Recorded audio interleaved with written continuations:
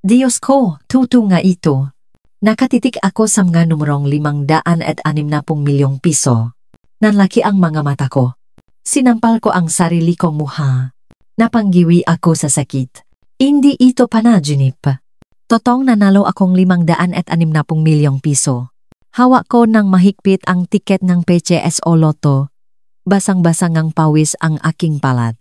Agad ko itong tiniklop ng paulit-ulit at isinilit sa pinakaloob na bulsa ng aking duster malapit sa aking katawan.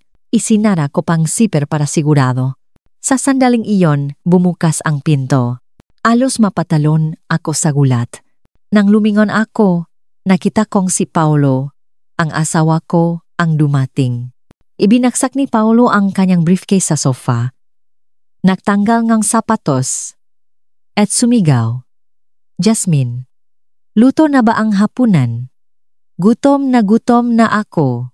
Pinakalma ko ang aking sarili at pilit nang ngumiti. Malapit na. Umupo ka muna sandali. Pumasok ako sa kusina. Basang-basa nang ang pawis ang likot ng duster ko. Ano ang gagawin ko? Kung malalaman ito ni Paulo, sa ugali niyang iyon, tiyak na ibubulgar niya. Ito sa nanay niya. At ang nanay niya, si Aling Dolores, kilala sa buong barangay, kuripot at mahilig man lamang. Kung malalaman niyang may ganito kalaking pera kami, hindi ko alam kung anong gulo ang mangyayari. Habang gulong-gulo ang isip ko, tumunok ang telepono. Ang nanay ko pala. Nagmamadali kong sinagot at pabulong na sinabi, Nay, tulungan ninyo ako. Sa kabilang linya, narinig ng nanay ko na may mali. Anong nangyari? Jasmine, anak, may problema ba? Dahan-dahan lang. Nanalo ako sa loto. 560 milyon, nanginginig ang boses ko. Kadarating lang ni Paulo, hindi ko masabi sa kanya. Anong gagawin ko? Ilang segundo ang katahimikan sa kabilang linya, pagkatapos ay narinig ko ang nakmamadaling boses ng nanay ko. Ano? 560 milyon? Diyos ko!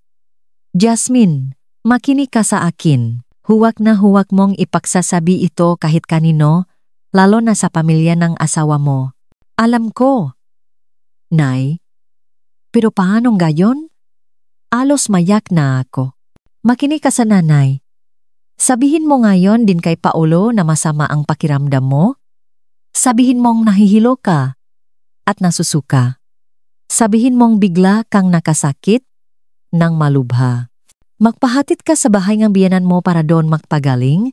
Mabilis na sabi ng nanay ko, walang pag-alinlangan. Natigilan ako. Nay, anong ibig ninyong sabihin? Bakit ako pupunta sa biyanan ko? Bakit ako makukunwaring may sakit? Hindi ba't magpapakahirap lang ako doon? Bumuntong hininga ang nanay ko. Anak ka naman. Ano ba ang iniisip mo? Akala mo ba madaling makuha ang prangyan? Sa ganyang kalaking halaga, kapag kumalat ang balita, sa tingin mo ba palalampasin kang ang pamilyang asawa mo, paliligiran kanila, iyak, magwawala, at magiging salbahe sa'yo? Kakayanin mo ba yon? Pero hindi rin solusyon ang pumunta sa biyenan ko, hindi ko pa rin maintindihan. Paano hindi naking solusyon? Tinasan akong boses ni nanay. Isipin mo, kung makukunwari kang may malubhang sakit, halos mamamatay na. Kapag nakita ka nilang ganon, isipin nilang pabigat ka. Isang problemang walang katapusan. Iwasan ka pa nila. Paano pa nila isiping makakuha ng pakinabang sa'yo? Kapag lumipas na ang gulong ito, gagawa tayo ng ibang paraan. Ito ay pag-iwas sa kapahamakan. Naiintindihan mo ba? Pinag-isipan ko ang sinabi ngang nanay ko. Mukhang may punto siya. Ang pamilya nga, asawa ko ay mukhang pera. Kung magiging sakitin ako, baka nga pandirihan nila ako. Paano ko sasabihin? Naalangan pa rin ako. Sabihin mong nakaroon kang kakaibang sakit. Nang hihina ang buong katawan mo, hindi ka makatayo. Hindi malaman ng doktor kung anong sakit mo. Sabihin mong gusto mong umuwi sa biyenan mo para maalagaan kang nanay niyang ilang araw para sa kapayapaan at pagpapagaling, sunod-sunod na turo ng nanay ko. Bilisan mo, sabihin mo na kay Paulo ngayon din. Huwag mo nang patagalin. Sige, susubukan ko. Naglakas loob ako. Mukhang tama ang nanay ko. Pakababa ang telepono, huminga ako ng malalim. Dahan-dahan akong lumabas habang nakahawak sa pader. Sinadya kong magmukhang maputla. Nagpatak pa ako ang ilang eye drops para magmukhang bagong iyak. Si Paulo ay naglalaro ng Mobile Legends sa kanyang telepono sa sofa. Nang makita niya akong lumabas, tumingala siya at kumunot ang no. Anong nangyari sa'yo? Bakit ang putla mo? Hinawakan ko ang aking no at sinabi ng mahina, Paulo, ang samangang pakiramdam ko. Parang sasabog ang ulo ko sa hilo at nasusuka ako, muntik na akong himatayin sa kusina kanina. Tumayo si Paulo na nakakunot ang no at hinawakan ang no ko. Hindi ka naman nilalaknat? Anong nangyari? Hindi ko alam. Bigla na lang naging ganito. Umubo ako ng 2 beses para magmukhang mas mahina. Gusto kong pumunta sa ospital, pero hindi ko kayang tumayo. Ginakamot ni Paulo ang ulo niya. Iritado. Anong ospital sa ganitong oras ng gabi? Tawagan ko na lang kaya ang nanay ko para tingnan ka niya. Nagdiwang ako sa isip ko. Eksakto iyon sa plano. Huwag mo nang abalahin si nanay. Pwede bang ihatid mo na lang ako sa bahay nila? Gusto kong doon magpagaling ng ilang araw. Para maalagaan niya ako. Baka sakaling gumaling ako kapag nagbago ngang kapaligiran. Natigilan si Paulo. Mukhang ayaw. Bakit doon pa? Kilala mo naman ang nanay ko. Maraming sinasabi. Pero sobrang sama na talaga ngang pakiramdam ko. Sumandal ako sa kanya at pinalambot ang aking katawan. Ilang araw lang? Babalik din ako kapag gumaling na ako. Pwede ba? Walang nagawa si Paulo sa pangungulit ko. Bumuntong hininga siya. Sige na nga. Sasabihin ko sa nanay ko. Ihahatid na kita doon. Habang tinitingnan ko si Paulo na tinatawagan ang nanay niya, nagdasal ako sa isip ko. Nay, sana po gabayan ninyo ako. Sana malusutan ko ang pagsubok na ito sa pakukunwaring may sakit sa bahay ng biyenan ko. Pakababa ni Paulo ng telepono, sinabi niya sa akin ng walang gana, pumayak si nanay. Sabi niya, ihatid na raw kita agad. Pero sabi niya, kung hindi ka gagaling agad, huwag kang umasang alagaan kaniya ng matagal. Natawa ako sa isip ko, pero sa labas ay nakunwari akong mahina. Alam ko, hindi ako magiging abala ng matagal. Alis din ako kapag medyo magaling na ako. Hindi na nagsalita si Paulo. Kinuha niya ang susingang motor at lumabas. Sumunod ako agad. Sa motor, nakayuko lang ako. Nakukunwaring sobrang samangang pakiramdam. Hindi ko magawang tingnan si Paulo sa mata. Baka mabuking ako. Pagkatapos ng kalahating oras na biyahe, nakarating kami sa bahay ng biyenan ko. Pagpasok pa lang namin sa pinto, sinalubong kami ni Aling Dolores, ang biyenan ko. Pinunasan niya ang kamay niya sa kanyang duster at tiningnan ako nang nakakunot ang no. Anong nangyari dito? Okay ka pa nung tumawag ka kaninang hapon? Bakit bigla kang nakaganito? Yumuko ako at hinawakan ang tiyan ko. Sinabi ng mahina, Nay, hindi ko po alam. Bigla na lang po akong nahilo at nasuka nang hina ang buong katawan ko. Hindi ako makatayo. Sumimangot si Aling Dolores. Sa itsura mo, mukha ka namang malakas. Paano ka nakasakit ng bigla? Dagdag perwisyo pa.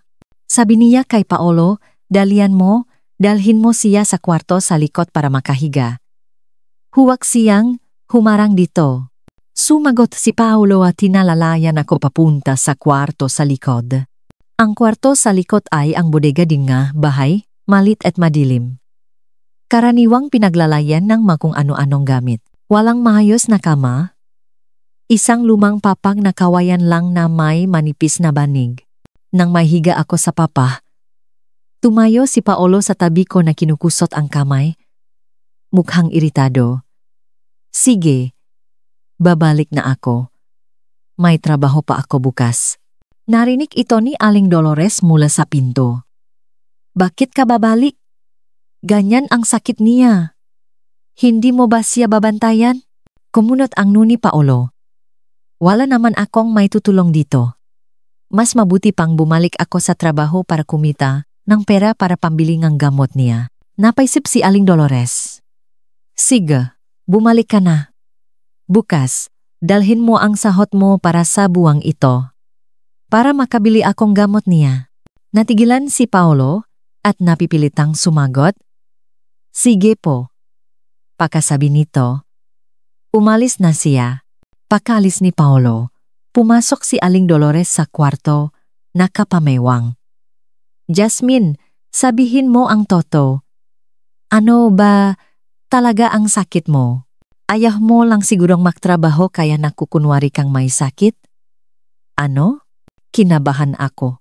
Agad akong pumikit at nakunwaring hindi makapagsalita dahil sa sakit. Ang sakit. Nay, sobrang sakit po. Sumimangot si Aling Dolores at bumulong. Sa tingin ko nakukunwari ka lang. Sige, humiga ka na lang diyan. Huwag ka lang maging abala. Pagkasabi nito, umalis siya. Paglabas niya, sinadya niyang isara ang pinto ng malakas. Nakahiga ako sa matigas na papag, gulong-gulo ang isip ko. Kadarating ko palang sa bahay ng biyenan ko, pero hindi na ako komportable. Ang tingin ni Aling Dolores ay parang gusto akong kalakarin mula sa kama. Hindi ko alam kung paano ko haharapin ang mga susunod na araw. Maya-maya, bumukas ulit ang pinto. Si Junjun, ang bayaw ko. May hawak siyang mansanas at kinakain habang naglalakad papasok. Sabi niya ng mayabang, Ate, narinig kong may sakit ka raw. Bakit ang tiempo naman? Alam mo bang gipit ako ngayon?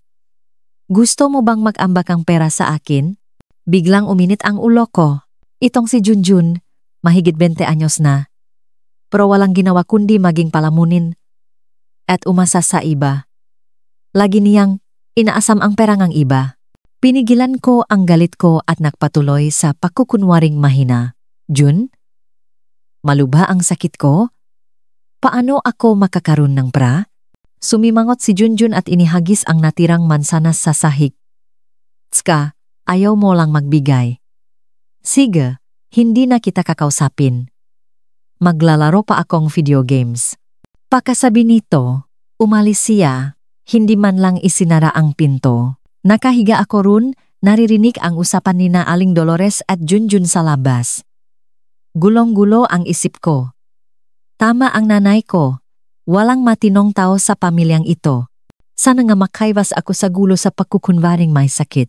Pagsapit ng gabi, nagdala si Aling Dolores ng isang mangkok ng maitim na likido. Inilagay niya ito sa tabing kama. Bangon, inumin mo itong herbal. Sumilip ako. Hindi ko alam kung ano ang nasa mangkok. Malakit at may kakaibang amoy. Kumunot ang nuko. Nay! Ano po ito? Walang ganang sumagot si Aling Dolores? Ano pa ba? Gamot para sa iyo. Espesyal kong pinakuha mula sa probinsya.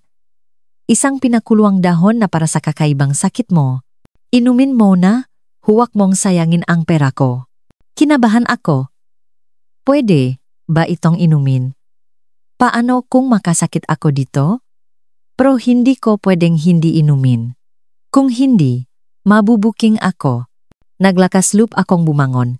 Kinuha ko ang mangkok at tinakpan ang ilong ko. Akmang inumin ko na nang biglang nagsalita si Aling Dolores. Teka, mahal yang gamot na yan?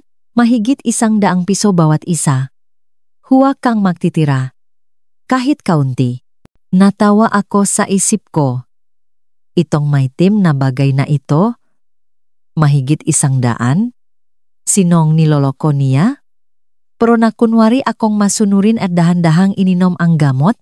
Pagpasok pa lang sa bibig ko, isang mapait na lasa ang umakyat sa ulo ko. Halos masuka ako. Pinilit kong lunukin. Nang makita ni Aling Dolores na naubos ko ang gamot, nasiyahan siyang tumango. Kinuha niya ang mangko at umalis. Bago umalis, sinabi pa niya, matulog ka na ng maaga. Kung hindi ka pa rin gagaling bukas, magpa-check up ka na sa ospital. Pero ikaw ang magbabayad ng check up. Wala kaming pera. Hindi ako nagsalita.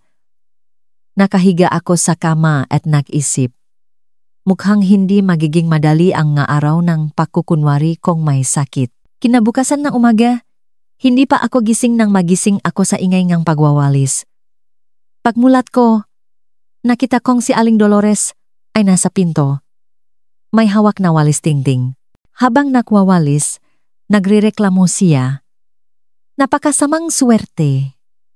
May sakiting dumating sa bahay. Hindi tuloy ako makatulog ng maayos.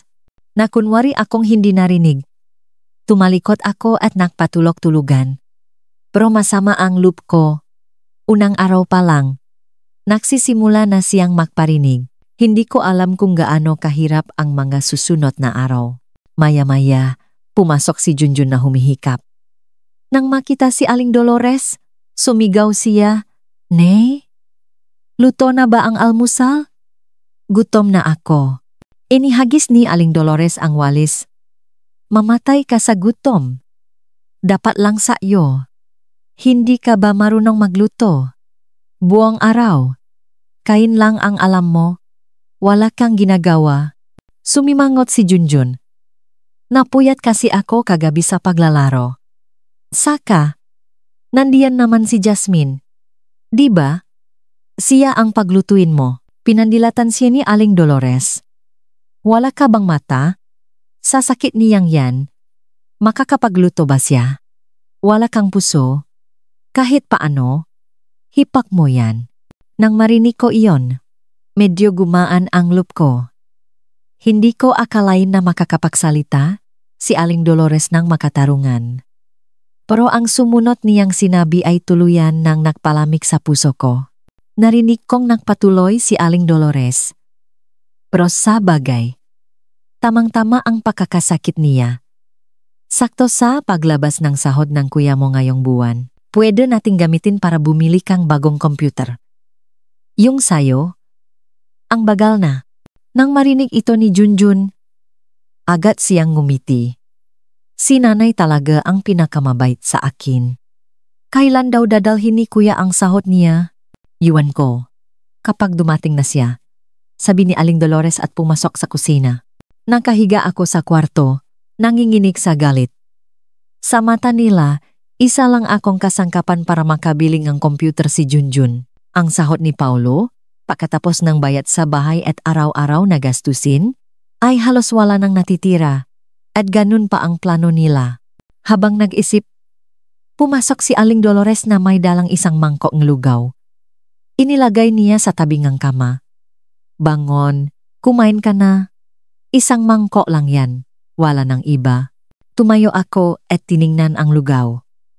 Ilang butil lang bigas ang laman, halos tubig lang. Kumunot ang noko. "Nay, isang mangkok lang po.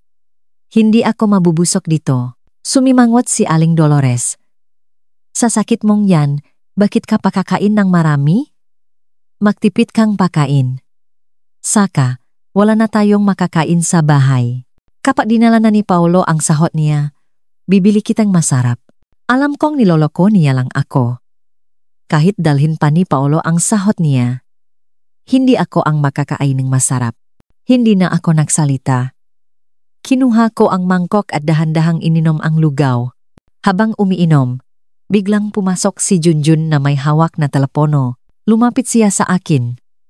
"Ate, tingnan mo itong cellphone ko, ilang taon na. Basak na ang screen. Pwede bang sabihin mo kay kuya na palitan niyang bago?" Ibinaba ko ang mangkok. Mahinang sinabi, "May sakit ako ngayon, wala akong oras para diyan. Sabihin mo sa kuya mo."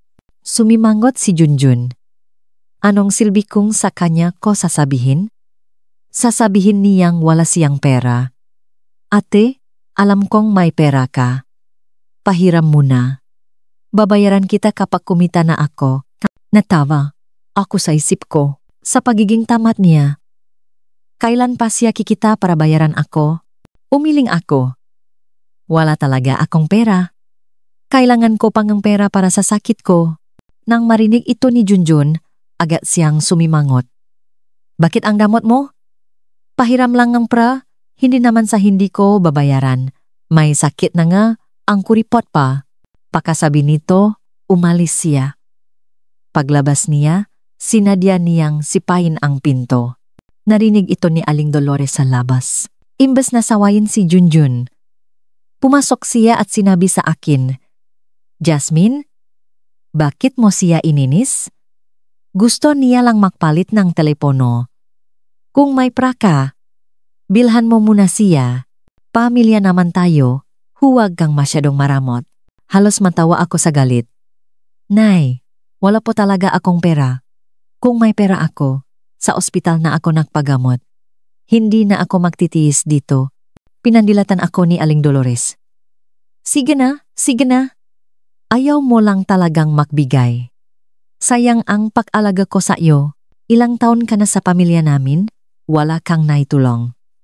Ngayon, pabigat ka pa? Pagkasabi nito, umalis siya, iniwan akong mag-isa sa kwarto. Nakahiga ako sa kama, hindi ko mapigilang umiyak. Ito ang pamilyang pinakasalan ko. Ito ang pamilyang pinaglingkuran ko ng buong puso. Sa mata nila, isa lang akong kasangkapang pwedeng abusuhin at gamitin. Lalo akong nagpapasalamat na sinunod ko ang nanay ko na makunwaring may sakit para makaiwas dito. Kung nalaman nilang nanalo ako, hindi ko alam kung paano nila ako pagsasamantalahan. Maya-maya, pumasok ulit si Aling Dolores. May hawak siyang maruming damit at inihagis sa harap ko. "Labhan mo ito. Wala akong oras." Tiningnan ko ang damit na punong mansa ang langis. Biglang uminit ang ulo ko. Sa sakit kong ito, pinapalabhan pa niya ako. Naktiimbagang ako. "Nay, sobrang hilo po ako, hindi ko kayang maglaba." Nanlisik ang mata ni Aling Dolores. "Kahit hindi mo kaya, kailangan mong labhan. Akala mo ba nagpakasal ka sa amin para maging senyorita? Walang ginagawa. Kumakain at uminom ng sa amin. Tapos gusto mo pang alagaan kita? Asa ka pa?" Nanginginig ako sa galit. Akmang sasagot na ako nang maalala ko ang sabi ng nanay ko na bawasan ang pagsasalita at magpahinga at iwasan ang pakikipag-away sa kanila. Huminga ako ng malalim, humiga ulit at pumikit na kunwaring hinimatay. Nang makita ni Aling Dolores na hindi ako gumagalaw, nagmura siya. Nakukunwari ka pang hinimatay. Alam kong sinasadya mo. Sige, kung ayaw mong maglaba, hindi ka kakain ngayon." Pagkasabi nito, umalis siya at ikinulong ako sa kwarto. Nakahiga ako sa kama, galit at nasasaktan. Alam kong simula pa lang ito. Sa mga susunod na araw, tiyak na mas lalo nila akong pahihirapan, pero hindi ako pwedeng sumuko. Para sa perang iyon, para sa sarili ko, at para sa nanay ko, kailangan kong magtiis. Ikinulong sa kwarto at nagutom buong araw. Mas lalo akong nahilo. Kumakalam ang sikmura ko at umasim. Habang nahihirapan, bumukas ang pinto. Pumasok si Aling Dolores na may dalang walang laman na mangkok. Inilagay niya ito sa tabi nga, kama na halos mabasag. "Gising ka na?" Tiningnan niya ako ng masama. "Tumawag si Junjun sa kuya mo kanina. Sinabi niyang ininis mo raw siya. Umiyak daw ang kuya mo sa telepono. Sabi niya, magpagaling ka raw at huwag kang makipag-away sa bata." Natawa ako sa isip ko. Sa ugali ni Paulo, iya? Malamang gawa-gawa lang ni Aling Dolores. Hindi ako sumagot. Nagpatuloy sa pagkukunwaring mahina. Nang makita ni Aling Dolores na hindi ako nagsasalita, nagpatuloy siya, "May sasabihin ako sa iyo." Sabi ngang pamilya ng nobya ni Junjun, gusto nilang mag-propose sa susunod na buwan. Kailangan ng 88,000 na dote at kailangan pang bumili ng 3 gintong alahas. Tingnan mo. Kinabahan ako. Heto na, plano na nilang hingin ang pera. Dahan-dahan akong nagmulat. "Nay, magandang balita po yan. Pero sa sakit ko, baka hindi ako makatulong." Paano hindi makakatulong? Lumapit si Aling Dolores, kumikinang sa pakalkula ang mamata. Hindi ba't may dalawa kang kuya? Maganda naman ang kalagayan nila. Sabihin mo sa nanay mo, ipakiusap mo sa mga kuya mo na mag-ambak muna. Ibabalik na lang kapag nakuha na ni Paulo ang bonus niya sa katapusan ng taon. Halos matawa ako sa galit. Ang galing ng plano niya. Rinig na rinig kahit sa kabilang pader. Umubo ako ng lawang beses. Nay, hindi ninyo po alam. Ang anak ng kuya ko, kadarating lang sa kolehiyo, hirap na siya sa tuition at allowance. Ang pangalawang kuya ko naman, nagpatayong bagong bahay noong 1 taon, baon sa utang. Paano sila makakaroon ng pera? Paano walang pera? Tinaasan akong boses ni Aling Dolores. Narinig kong may mali na sari-sari store ang kuya mo. Malaki ang kita bawat taon. Ang pangalawa mong kuya, kontratista sa construction. Ilang daan din ang kita bawat araw. Ayaw mo lang talagang humingi. Hindi po sa ayaw kong humingi, bumuntong hininga ako, na kunwaring nahihirapan. Nung isang araw, tumawag ako sa nanay ko. Sabi niya, may pekeng produkto raw na pumasok sa tindahan ng kuya ko na huli ng gobyerno. Minultahan ng ilang 10,000. Problema niya ngayon. Ang pangalawang kuya ko naman nahulog sa construction, ilang araw nang nakahiga sa bahay. Hindi pa nababayaran ang sahot. Kalahating toto, kalahating kasinungalingan ang nga sinabi ko. Totoong may tindahan ang kuya ko, pero hindi minultahan. Totoong nagtatrabaho ang pangalawa kong kuya sa construction. Pero hindi nahulog. Sinadya kong gumawa ang kwento para matigil siya. Kumunot ang noni Aling Dolores, halatang hindi naniniwala. Totoo ba yan? Bakit hindi ko narinig? Ganyang nakakahiya. Paano nila ipagsasabi? Lalo akong umubo. Saka, kahit may para sila, sa itsura kong ito, paano ako hihinging tulong? Kapag kumalat ang balita, isipin pang nga taw na sobrang hirap ang dinaranas ko sa inyo na kailangan pang humingi ng para sa pamilya ko para lang sa doteng ng bayaw ko. Tumama ang sinabi ko. Napaka-importante kay Aling Dolores ang kanyang reputasyon, lalo na sa mga kapitbahay. Sumimangot siya. Hindi naman kita pinipilit. Sinasabi ko lang. Bakit hindi pwedeng tumulong ang pamilya mo? Magkakamag-anak naman tayo. Kapag gumaling na ako, sasabihin ko sa nanay ko, sinakyan ko ang sinabi niya para matapos na ang usapan. Sa kalagayan kong ito, wala akong lakas ng loob. Baka mag-alala pa ang nanay ko at pumunta pa dito para kausapin kayo. Kapag nalaman ng nga kapitbahay, hindi maganda. Nabago ang itsura ni Aling Dolores. Ayaw niyang makipausap sa nanay ko. Matapang ang nanay ko. Noong bata pa, kilala siya sa nayon na hindi basta-basta. Noong huling beses na hindi ako binigyan ni Paulo ng allowance, diretsong pumunta ang nanay ko at sinigawan si Aling Dolores sa harap ngang bahay nila ngang kalahating oras. Napahiya siya sa mga kapitbahay. Sige na, iwinagaywi ni Aling Dolores ang kamay niya. Magpagaling ka na lang muna. Pag-isipan ko pa ito. Akmang alis na siya nang bigla siyang lumingon. Sabi mo nahulog ang pangalawa mong kuya. Malala ba? Nagdaka ako. Kailan pa siya naging interesado sa kuya ko? Agad kong naintindihan. Baka gusto niyang malaman kung makakakuha siya ng pramula sa kuya ko. Sinadya kong bumuntong hininga. Medyo malala. Sabi ngang doktor, kailangan niyang magpahinga ngang 3 buwan. Hindi pa rin nagbabayat ang kontratista. Planong nanay ko na pumunta sa construction site para magreklamo. Nang marinig ito ni Aling Dolores, agad siyang sumimangot. Napakasamangang swerte. Bumulong siya at umalis, isinara ang pinto ng malakas. Nakahiga ako sa kama. Basang-basa ng pawis ang likod ko. Simula pa lang ito, pero napakahirap na. Kung malalaman nilang nanalo ako, hindi ko alam kung anong gagawin nila. Pagsapit ng gabi, bumalik si Paulo. Pagpasok pa lang, hinila na siya ni Aling Dolores sa sala. Nagbulungan sila ng matagal. Sumilip ako sa siwang mingto, narinig ko ang salitang dote, hiram ng pera, pamilya. Maya-maya, Pumasok si Paulo. Medyo nahihiya. Jasmine, medyo magaling ka na ba? Umiling ako. Ganun pa rin. Sobrang hilo. Umupo si Paulo sa tabiing kama, tahimik ng matagal. Jasmine, sinabi sa iyo ni nanay, di ba? Ang proposal ni Junjun, kailangan talaga ang pera. Alam ko. Pinutol ko, siya. Sinadyang bumuntong hininga.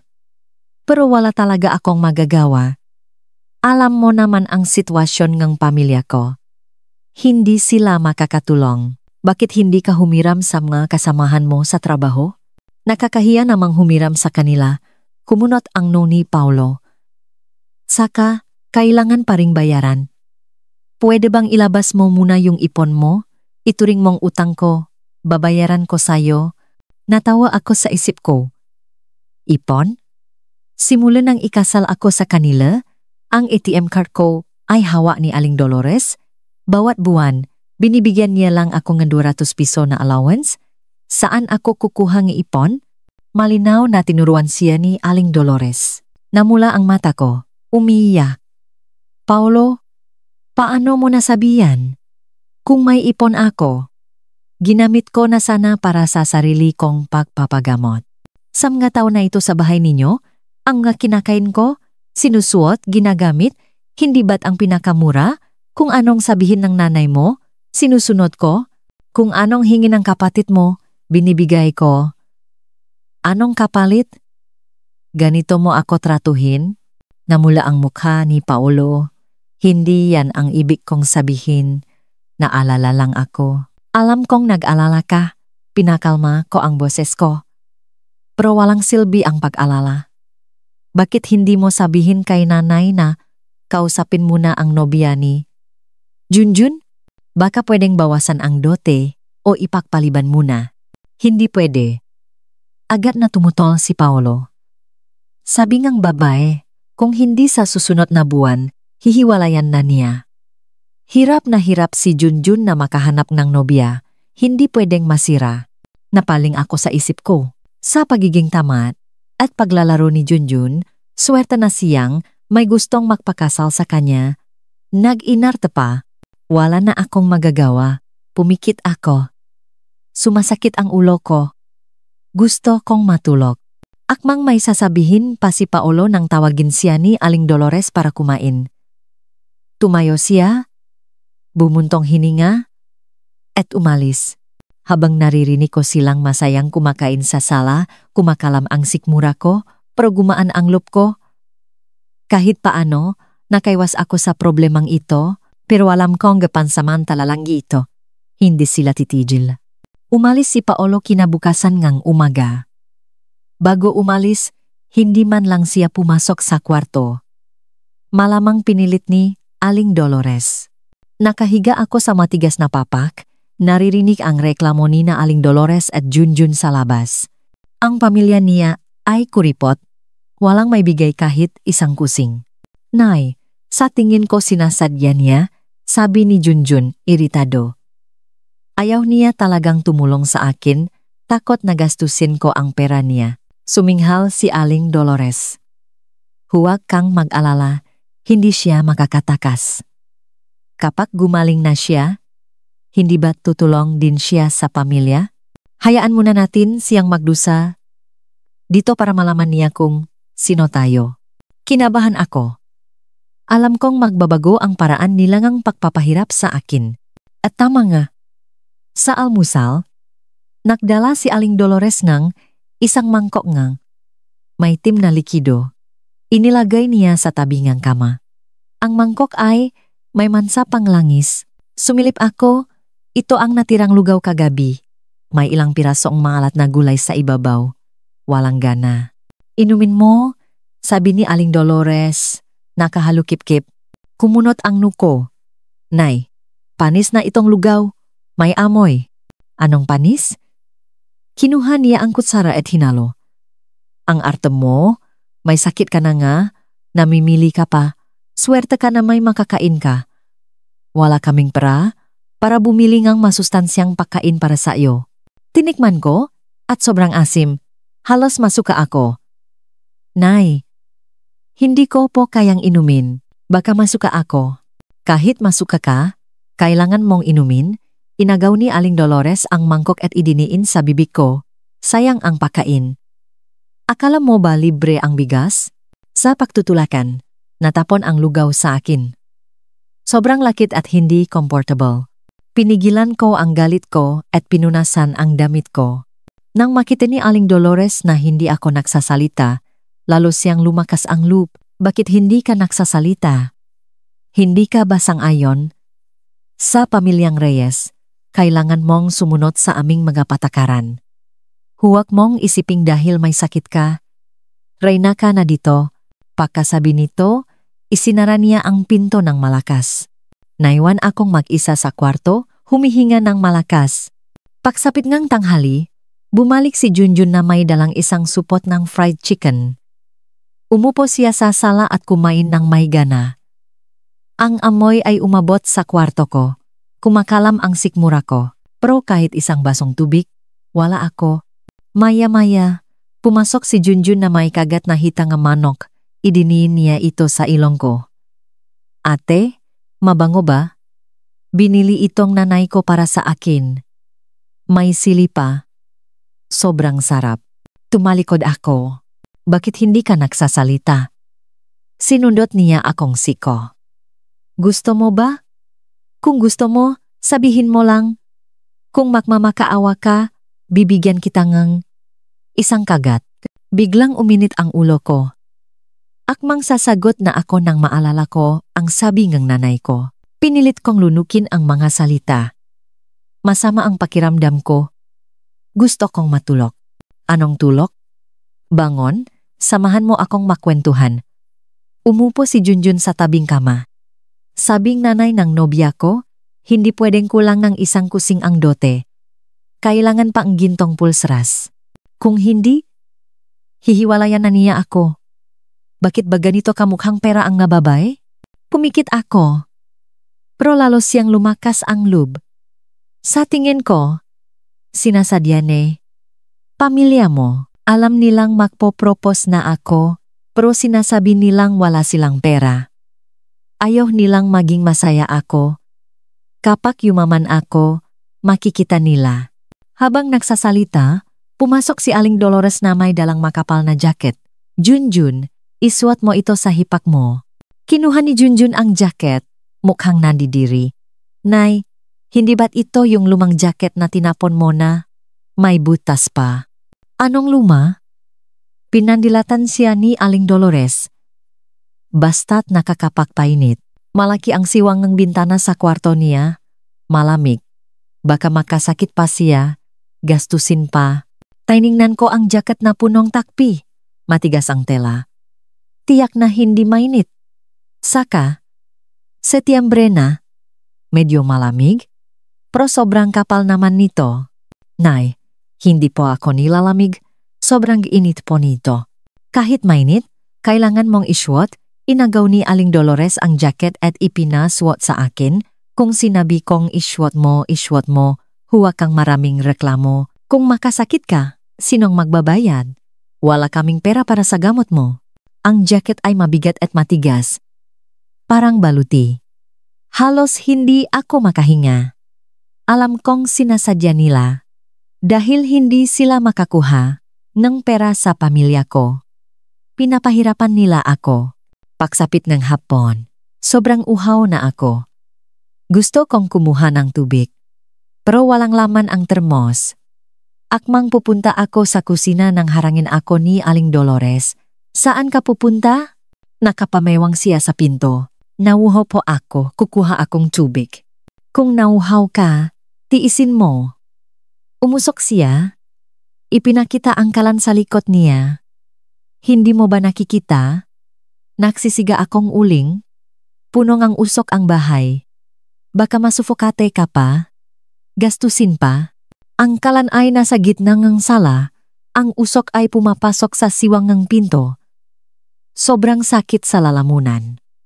Nay, dahil nga po may usok, kaya ako nauhaw. Bigyan ninyo na lang po ako ng isang basong malamig na tubig. Wala ring malamig na tubig, Inirapan niya ako. Hindi pa kumukulo ang tubig sa takure. Mahintay ka. Nakita ko siyang kinuha ang takure. May laman. Pero sinadya niyang ilagay sa kalan at dahan-dahang nakdak ng uling. Nakatayo ako sa pinto. Tuyong-tuyo ang lalamunan. Pero wala akong magawa kundi maghintay. Hanggang sa dumilim, nagdalas siya ng kalahating basong tubig, maligamgam at may lumulutang na dumi. Inumin mo, tipirin mo, mahalaga ang tubig na yan. Kinuha ko ang baso, nanginginig ang kamay ko. Hindi ito pagpapagaling, ito ay pagkakakulong. Gabi na, hindi ako makatulog. Sobrang kapal ng jacket, masakit ang buong katawan ko. Malamig sa kwarto. May butas ang bintana. Pumapasok ang hangin. Habang inaantok, narinig ko ang usapan ni na Aling Dolores at Junjun sa sala. Nay, sa tingin mo ba nakukunwari lang si Jasmine? Mukha naman siyang malakas kanina. Kahit nakukunwari siya. Pabulong na sabi ni Aling Dolores, basta't hindi magbibigay ngang paraang pamilya niya. Pahihirapan natin siya. Titiknan ko kung hanggang kailan niya kakayanin. Sa huli, siya rin ang magmamakaawa sa atin. Paano kung magtiis siya? Magtiis? Natawa si Aling Dolores. Pagkalipas ngang ilang araw, sasabihin ko kay Paulo na dalhin siya sa ospital para magpa-check up. Kung nakukunwari lang siya, mabubuking agad. Titingnan ko kung anong sasabihin niya. Kinabahan ako. Humikpit ang hawak ko sa kamao. Tama nga ang hinala ko. Mukhang hindi ako pwedeng magtagal dito. Kailangan kong makahanap ng paraan para makaalis agad.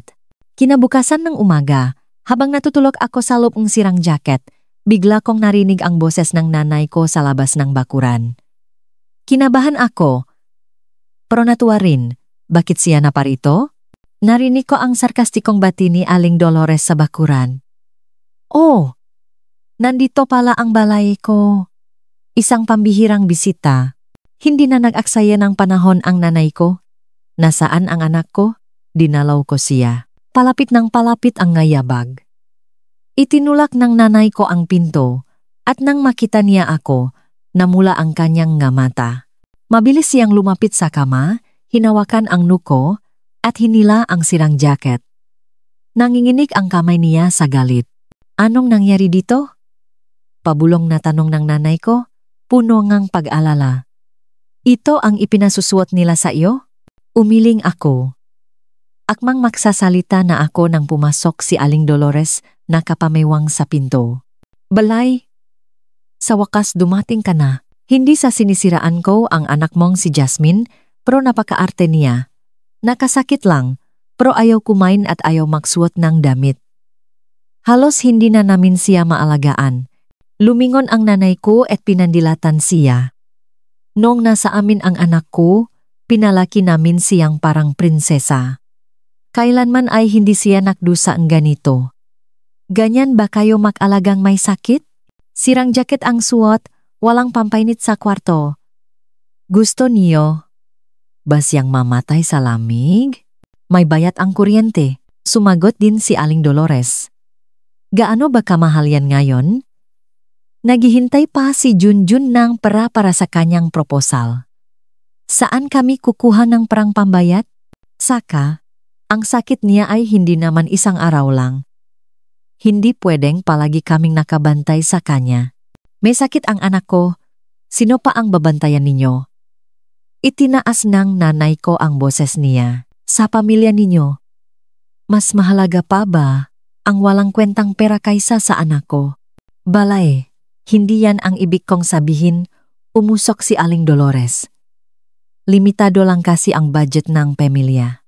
Kahit limitado ang budget, hindi dapat ganyan tratuhin ang may sakit. Pinutol siya ng nanay ko. Kukunin ko na siya ngayon. Sa akin na siya magpapagaling. Hindi na namin kayo abalahin. Nang marinig ito ni Aling Dolores, nakmadali siyang tumutol. Hindi pwede. Asawa siya ngang pamilyang Reyes, hindi pwedeng basta-basta na lang siyang umalis. Saka, hindi pa pumapayag si Paulo. Hindi pumapaya si Paolo? Natawa ang nanay ko. Kung talagang mahal niya ang asawa niya, dapat alam niyang alagaan siya. Tatawagan ko siya ngayon din. Titignan ko kung maglalakas loob siyang hindi ako payagan na kunin ang anak ko. Akmang tatawag na ang nanay ko nang pigilan siya ni Aling Dolores. Huwag. Balay. Mag-usap tayo ng mayos. Hindi na kailangang abalahin si Paolo. Okay naman siya dito. Aalagaan ko siya ng mas mabuti. Iwinaksing nanay ko ang kamay niya.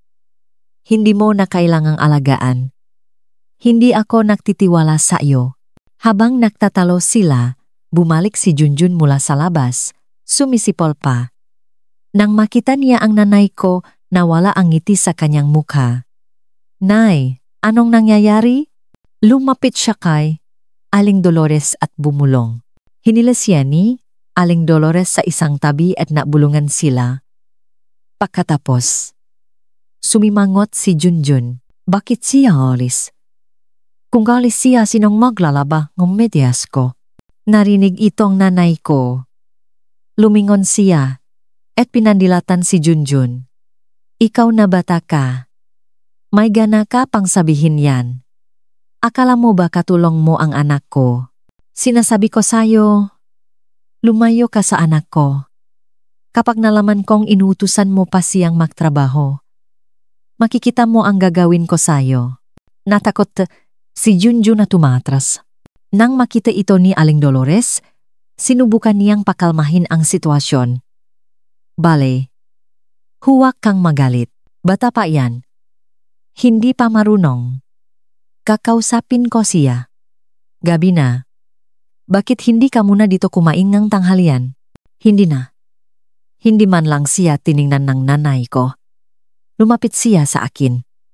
Jasmine, kaya mo bang bumangon? Uwi. Na tayo. Natigilan ako. Akmang tatango na ako nang maalala ko ang narinig ko kagabi. Tiyak na hindi ako basta-basta palalabasin ni Aling Dolores. Tama nga. Pakaalalay pa lang sa akin ng nanay ko. Sumigaw si Aling Dolores. Naku, balay, tingnan mo ang itsura niya. Hirap na siyang maglakad. Paano siya maglalakbay? Paano kung may mangyari sa kanya sa daan? Kumunot ang noong nanay ko at tiningnan ako. Jasmine, anong pakiramdam mo? Kaya mo bang maglakad? Sinadya kong umubo, tumayo habang nakahawak sa pader at nagunwaring muntik ng matumba. Nay, sobrang hilo po ako. Parang hindi ko po kaya. Nakatinginan kami ng nanay ko at agad niyang naintindihan. Bumuntong hininga siya. Sige, hindi muna ako alis. Sasamahan kita dito ng 2 araw. Nang marinig ito ni Aling Dolores, sumimangot siya. Pero hindi na siya tumutol. Sige, ayusin ko ang kwarto sa silangan para dun ka matulog. Nang makaalis na sina Aling Dolores at Junjun, bumulong ang nanay ko, Jasmine, may dala akong pagkain para sa iyo. Itinago ko sa ilalim ng bagahe ko. Kapag hindi sila nakatingin, kumain ka. Tumango ako. Gumaan ang loob ko. Maktis ka pang kaunti. Dagdag ng nanay ko. Nalaman ko na sa susunod na linggo, ipapadala si Paulong kumpanya niya sa Davao. Kalahating buwan siya doon. Kapag umalis na siya, susunduin kita. Walang makakaalam. Nanlaki ang mata ko. Talaga po? Talaga. Hinawakan ng nanay ko ang kamay ko. Sa mga araw na ito, huwag kang makipag-away sa kanila. Makunwari ka pa rin. Huwag kang magpapahalata. Kapag nakaalis na tayo, hindi na tayo magdurusa ang ganito? Opo. Tumango ako ng mariin. Gumaan ang pakiramdam ko. Nay, ang galing ninyo. Kung hindi dahil sa inyo, hindi ko alam kung anong gagawin ko. Pinandilatan ako ng nanay ko. Huwag ka nang mahiya sa nanay mo. Huwag kang mag-alala. Poprotektahan kita. Habang nag-usap kami, pumasok si Aling Dolores. Balae, naayos ko na ang kwarto. sa silangan. Magpahinga ka na dun. Tumayo ang nanay ko. Sige. Jasmine, magpahinga ka lang diyan. Babalikan kita mamaya. Habang tinitingnan ko ang nanay kong papalabas, nagdasal ako. Sana lumipas agad ang panahon. Sana dumating na ang araw na alas si Paulo para makalas na ako sa impyernong ito. Sa masumunod na araw, tumira ang nanay ko sa kwarto sa silangan. Kahit ayaw ni Aling Dolores, naging magalang pa rin siya sa panlabas dahil nandito ang nanay ko, hindi siya gaanong makapangabuso. Pero sa likod, patuloy pa rin ang kanyang ginagawa. Minsan, sinasadyang bawasan ang pagkain ko o kapag wala ang nanay ko, nagpaparinig siya. Hindi na ito pinansin na nanay ko. Araw-araw, gumagawa siyang paraan para bigyan ako ng pagkain. Ang maitlog at asukal na dala niya ay niluluto niya para sa akin. Palagi niyang sinasabi, "Magtis ka pa, malapit na ang pag-alis ni Paulo." Isang hapon, biglang bumalik si Paulo na may dalang isang basket ng prutas. "Nay, Jasmine, bumalik na ako." Nagmamadaling lumabas si Aling Dolores mula sa kusina. Tuwang-tuwa. "Bakit ka bumalik?" "Wala kang pasok ngayon." Ibinaba ni Paulo ang basket. Inanunsyong kumpanya, sa susunod na linggo, ipapadala nila ako sa Davao.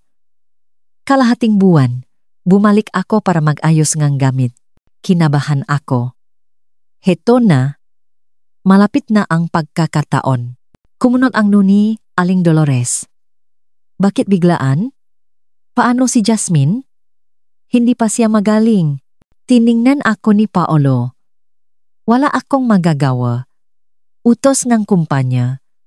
Kung hindi ako pupunta, matatanggal ako. Hayaan na lang muna natin siyang dito. Alagaan mo na lang siya. Hindi ko siya kayang alagaan." Umiling si Aling Dolores. Ang daming gawain sa bahay. Hindi pa ayos ang problema ni Junjun. Wala akong oras para sa kanya. Nagsalita ang nanay ko. "Kung ganoon, isama ko na lang si Jasmine sa amin. Kapag bumalik ka na, sunduin mo na lang siya." Nanlaki ang mata ni Aling Dolores, parang hinihintay niya ang masalitang ito. "Magandang ideya. Balay, napakabuti mo. Maraming salamat." Nag-alangan si Paulo. "Hindi ba nakakahiya? Abalahin ka pa namin." "Anong abala?" Ngumiti ang nanay ko. "Anak ko siya, obligasyon kong alagaan siya. Saka, mas madali sa amin. Kung may problema, malapit lang ang doktor." Nakahiga ako sa kwarto, nakikinig sa usapan sa labas, kinakabahan at nasasabik.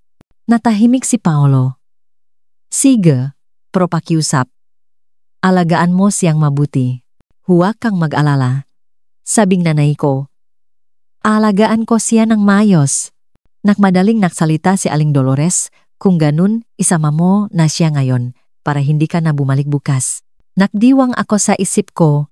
Hindi ko inaasahan na ganito kadali. Pumasok si Paulo sa kwarto. "Jasmine, sumama ka muna sa nanay mo. Kapag bumalik na ako, susunduin kita." Nakunwari akong mahina at tumango. "Sige, alam ko. Mag-ingat ka dun." Lumabas si Paulo para magayos ng gamit. Sumunod si Aling Dolores, nakukunwaring mabait. "Jasmine, kapag nasa nanay mo ka na, magpagaling ka ng mabuti. Huwag mong bigyan ng problema ang nanay mo. Kapag gumaling ka na, bumalik ka agad." Natawa ako sa isip ko. Baka gusto niyang hindi na ako bumalik. Pero sa bibig ko, "Sige po. Nay, salamat sa pag-aalaga ninyo sa mga araw na ito." "Anong salamat? Pamilya tayo." Ngumiti si Aling Dolores ng pagka. "Hahanapan kita ng bag para sa mga damit mo." Nahalungkat siya at kinuha ang isang lumang bayong. Inilagay niya ang nga damit ko ng walang ayos. Nang pumasok ang nanay ko, nakita niya ito.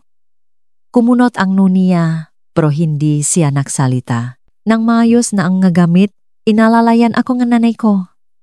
Sumunod si Aling Dolores hanggang sa pinto, paulit-ulit na sinasabi, mag-ingat kayo sa daan. Tawagan ninyo ako kapag nakarating na kayo. Nang makasakay na kami sa tricycle, lumingon ako sa lumang bahay, huminga ako ng malalim. Sa wakas, nakaalis na ako sa impyernong ito. Nang makalayo na kami, hinawakan ngang nanay ko ang kamay ko. Jasmine, malaya na tayo. Tiningnan ko ang nanay ko, hindi ko mapigilang umiyak. Nay, salamat po, anak ka naman. Pinunasan ng nanay ko ang luha ko. Dapat lang yan. Ligtas ka na ngayon. Huwag mo nang isipin ang mga masasamang bagay. Tumango ako. Pero hindi pa rin ako ganap na panatag kahit nakaalis na ako sa kanila. Alam kong pansamantala lang ito. Kung malalaman nilang nanalo ako, tiyak na hahanapin nila ako. Pero ngayon, pwede na akong magpahinga.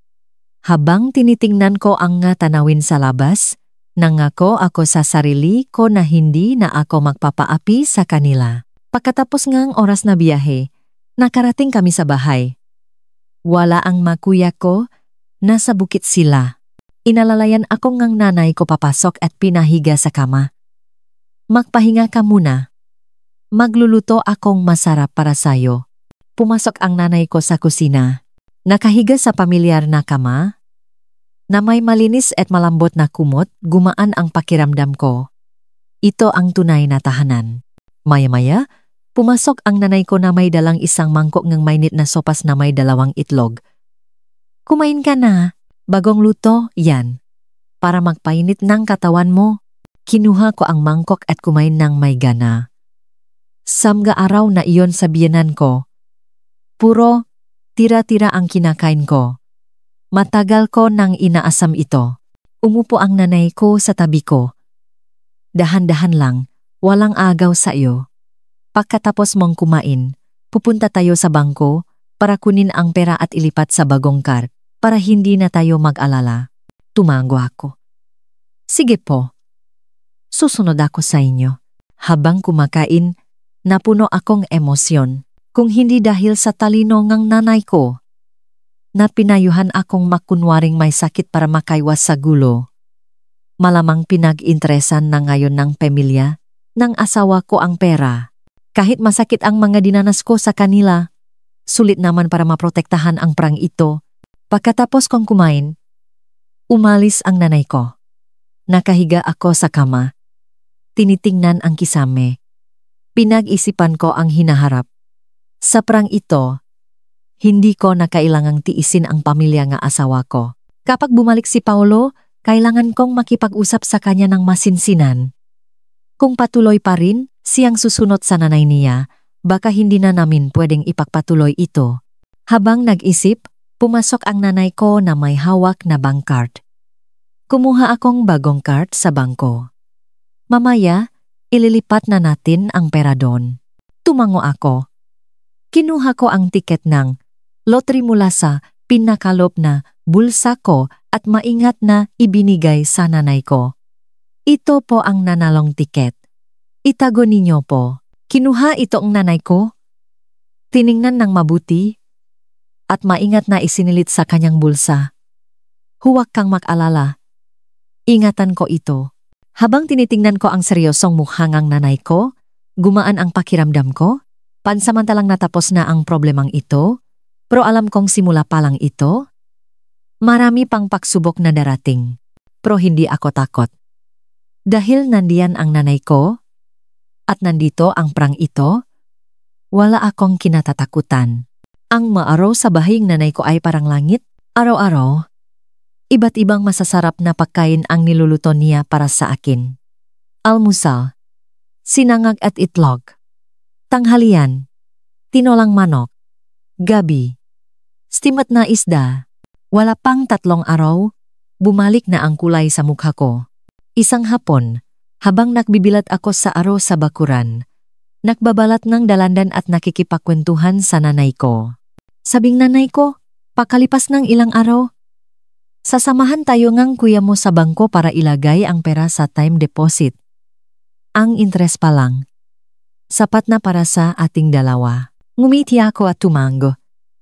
Susunod po ako sa inyo, Nay. Habang nausap kami, may sumilip sa pintong bakuran.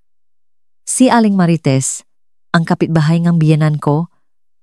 Matalik silang makaibigan ni Aling Dolores at mahiling makalat ng sismis. Kinabahan ako. Bakit siya na pa dito? Mabilis na tumayo ang nanay ko. Aling Marites, pasok po kayo. Pumasok si Aling Marites na nakangiti. Ang nga mata niya ay parang scanner na sinusuri ako. Balae? Abala ka ba? Napadaan lang ako. Narinig kong umuwi si Jasmine, kaya dinalaw ko siya. Ang tingin niya ay napunta sa dalandan sa kamay ko, tapos sa mga kumot na nakabilat sa bakuran. Malinaw na nandito siya para mag-imbestiga. Agad akong umusok, umubo, at nakunwaring hindi pa magaling. Aling Marites na abala ka pa. Hindi naman, umupo si Aling Marites. Tinanggap niya ang tubig na inabot ng nanay ko. Narinig kong malubaraw ang sakit mo, kaya nag-alala ako. Ngayon, muha ka namang okay. Mas maganda ang itsura mo kaysa nung nasa biyenan mo ka. Sumagot ang nanay ko, mas hiyang yata siya dito. Nakakakain na siyang kaunti. Hindi tulad doon, palagjing malungkot. Bumuntong hininga si Aling Marites. Oo nga. Kilala mo naman si Dolores. Masalita pero walang pakialam. Hindi talaga siya marunong mag-alaga. Pero wala siyang magawa. Sobrang problema niya sa kaso ni Junjun. Bumalik na naman ang usapan kay Junjun na kunwari akong hindi narinig at nagpatuloy sa pagbabalat ng dalandan. Jasmine, sabi ni Aling Marites, kailan ka ba gagaling? Nasa biyahe si Paulo. Mag-isa lang si Dolores sa bahay. Hindi niya kayang gawin lahat. Kahapon, nagrereklamo siya sa akin. Gusto ka na niyang bumalik para tumulong. Natawa ako sa isip ko. Gusto niya akong bumalik para maging libreng katulong? Asa pa? Kumunot ang nuko. Hindi ko po alam. Pabago-bago ang sakit ko. Sabi ng doktor, kailangan ko pang magpahinga ng matagal. Kailangan talagang magpahinga? Nagbago ang tono ni Aling Marites. Pero hindi pwedeng paladyeng ganito. Malapit na ang proposal ni Junjun. Hindi pa kumpleto ang dote. Puno ng singaw ang bibig ni Dolores sa pag-alala. Kahapon, nanghiram pa siya sa akin. Wala naman akong ganoong kalaking pera. Sumagot ang nanay ko, narinig din namin yan. Problema nga. Pero sa sakit ni Jasmine, hindi talaga siya makakatulong. Kailangan pa niya ng para sa sarili niyang gamot. Makano lang naman ang gamot? Nanlisik ang mata ni Aling Marites. Narinig kong mahal daw ang check-up sa ospital ngayon, pero ang gamot ay hindi naman ganun kamahal. Tsaka, maganda naman ang kalagayan ng pamilya ni Jasmine. Hindi ba't may pra sila? Ang masalitang iyon ay masakit. Sumimangot ang nanay ko. Aling Marites, hindi naman pinupulot ang pera. Ang nga anak ko ay nagtatrabaho rin ng husto para sa pamilya nila. Tumawa si Aling Marites. Sinasabi ko lang. Balay, huwag mong seryosohin. Nga pala Jasmine, ano ba talaga ang sintomas mo? May kilala akong albularyo. Magaling sa mga kakaibang sakit. Gusto mo bang itanong ko? Kinabahan ako. Gusto niyang malaman kung totoo ang sakit ko. Hinawakan ko ang dibdib ko. Nahihilo po ako. Minsan nasusuka. Nanghihina ang buong katawan ko. Ilang beses na akong nagpa-check up, pero walang makitang problema. Sabing doktor, mahina raw ang katawan ko. Kailangan kong magpahinga ng matagal. Mahina ang katawan, tumango si Aling Marites. Kailangan mo talagang magpahinga. Kumain kang masusustansya. Maganda ang itsura mo ngayon, mas maganda kaysa noong nga nakaraang araw. Talaga po? Nakunwari akong nagulat. Baka dahil maganda ang tulog ko kagabi. Dati, palagi akong hindi makatulog. Nakpatuloy si Aling Marites sa pagtatanong tungkol sa lakingang bahay namin sa negosyo ng kuya ko. Malinaw na sinusuri niya ang aming kayamanan. Sinakyan siyang nanay ko, hindi nagsabingang kahit anong hindi dapat. Nang papalubok na ang araw, tumayo si Aling Marites. Gabi na, kailangan ko nang umuwi. Jasmine, magpagaling ka. Kapag magaling ka na, bumalik ka na. Hinihintay ka na ni Dolores. Inihatid siya ng nanay ko sa pinto. Lumingon pa siya sa akin, ang tingin niya ay parang lobo. Hindi ako comfortable. Pagkaalis niya, isinara agad ng nanay ko ang pinto. Ang matandang yan, tiyak na inutusan ni Dolores. Mukhang naghihinala. Na sila. Tumango ako, kinakabahan. May nalaman na kaya sila? Hindi sigurado, kumunot ang nungang nanay ko. Pero tiyak na may mali silang nararamdaman. Kung hindi nila papupuntahin si Aling Marites. Mag-ingat ka, sa mga susunod na araw. Huwag kang lalabas at huwag kang makikipag-usap sa iba. Si Pone. Kinakabahan ako. Paano kung bumalik sila? Kung bumalik sila, palalabasin ko sila. Nanlisik ang matangan nanay ko. Wala naman tayong ginagawang masama. Bakit tayo matatakot sa kanila? Saka, nasa bahay ka natin ngayon, hindi sila pwedeng maging masyadong bastos. Kahit ganun ang sinabi niya, kinakabahan pa rin ako. Sa hapunan, bumalik ang kuya ko. Ikinuwento sa kanila ngang nanay ko ang nangyari. Nagalit ang kuya ko. Sobra na ang pamilyang yan. May sakit na nga si Jasmine. Pinag-iimbestigahan pa. Kapag bumalik sila, babaliin ko ang nga binti nila. Oo nga. Sabi nga pangalawa kong kuya, huwag kang matakot kapatid. Nandito kami. Hindi sila pwedeng gumawang kahit ano. Kung kailangan, kakausapin ko sila. Pinigilan sila ang nanay ko. Huwag kayong padalos-dalos. Hindi pa ito ang tamang panahon para makipag-away. Hindi pa bumabalik si Paolo. Magtiis muna tayo. Kapag gumaling na si Jasmine, saka natin pag-usapan. Habang tinitingnan ko ang galit na mukha ng kuya ko, gumaan ang loob ko. Masarap talagang makaroon ng pamilyang nakmamahal at nakpoprotekta sa'yo. Hindi tulad sa biyenan ko. Walang sumusuporta sa akin. Gabi na, hindi ako makatulog. Ang tingin ni Aling Marites ay palaging nasa isip ko.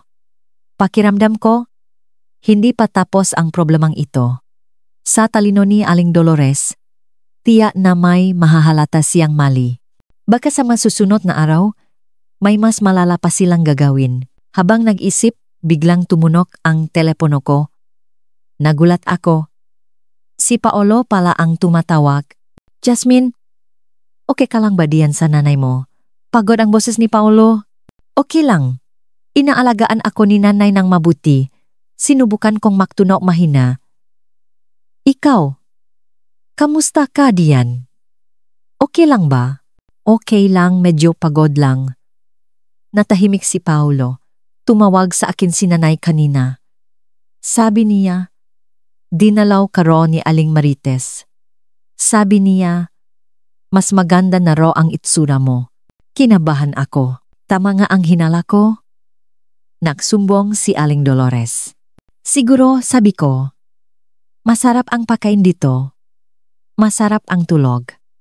Mas comfortable kaysa doon. Mabuti naman. Natahimik ulit si Paolo. Sabi pa ni nanay, huwag ka raw palaging nakahiga. Tumulong ka raw sa mga gawain para hindi mapagod ang nanay mo. Halos ibato ko ang telepono sa galit. Anong klaseng mataw sila? Pinigilan ko ang galit ko. Sige, mag-ingat ako. Magpahinga ka na. Huwag kang masyadong magpagod. Pakababa ang telepono. Masama ang loob ko. Hindi lang nagpadala ng espiya si Aling Dolores. Siniraan pa niya ako kay Paolo. Gusto niyang pilitin ako. Nagising ang nanay ko. Sinong tumawag? Si Paolo, sabi ko. Tumawag sa kanya si Aling Dolores. Pinapatulong pa niya ako sa magawain para hindi ka raw mapagod. Nagalit ang nanay ko. Sobra na sila. Walang matinong tao sa pamilyang yan. Huwag mo silang pansinin. Magpagaling ka lang. Huwag kang gagawa ang kahit ano. Tumanggo ako. Hindi ako tanga. Ngayong nakakapagpahinga ako, bakit ako magpapakalipin sa kanila? Bumuntong hininga ang nanay ko. Mukhang hindi magtatagal ang kapayapaan. Kailangan nating maghanda. Nakahiga ako sa kama. Nangako sa sarili ko na hindi na ako magpapaapi sa kanila. Kapag bumalik si Paolo, kailangan kong linawin ang lahat. Kung patuloy pa rin siyang papanig sa nanay at kapatid niya, hindi na namin pwedeng ipagpatuloy ito. Sa ikapat na araw, dumating si Junjun. Nag-ayos akong gulay kasama ang nanay ko. Nang bigla niyang itinulak ang pintong bakuran, nakapamulsa, at mayabang na tumayo sa gitnang bakuran. Jasmine, ang sarap ng buhay mo dito. Parang reyna ka, sarkastikong sabi niya. Halos mahulog ang hawak kong sitaw. Tumayo ang nanay ko. Junjun, bakit ka na parito? May kailangan ka ba? Sumimangot si Junjun. Dinalaw ko ang hipak ko. Narinig kong magaling na raw siya. Susunduin ko na siya. Sinong nagsabing magaling na ako? Ibinaba ko ang sitaw at umusok para makita niya ang maputla kong mukha na nilagyan ko lang ng harina. Hindi pa ako magaling. Sabi ang doktor. Kailangan ko pang magpahinga. Huwag ka nang makunwari. Natawa si Junjun. Nakita kita kanina. Ang bilis mong mag-ayos ng gulay. Sinong niloloko mo? Humarang ang nanay ko. Anak, anong masama kung tumulong siya sa akin? Hindi rin maganda kung palaging nakahiga. May kailangan ka ba sa kanya? Oo naman. Lumapit si Junjun. Nakatagda na ang proposal ko sa ika-16 ng susunod na buwan. Kulang pa ang 88,000 ang dote. Wala pa ring gintong alahas.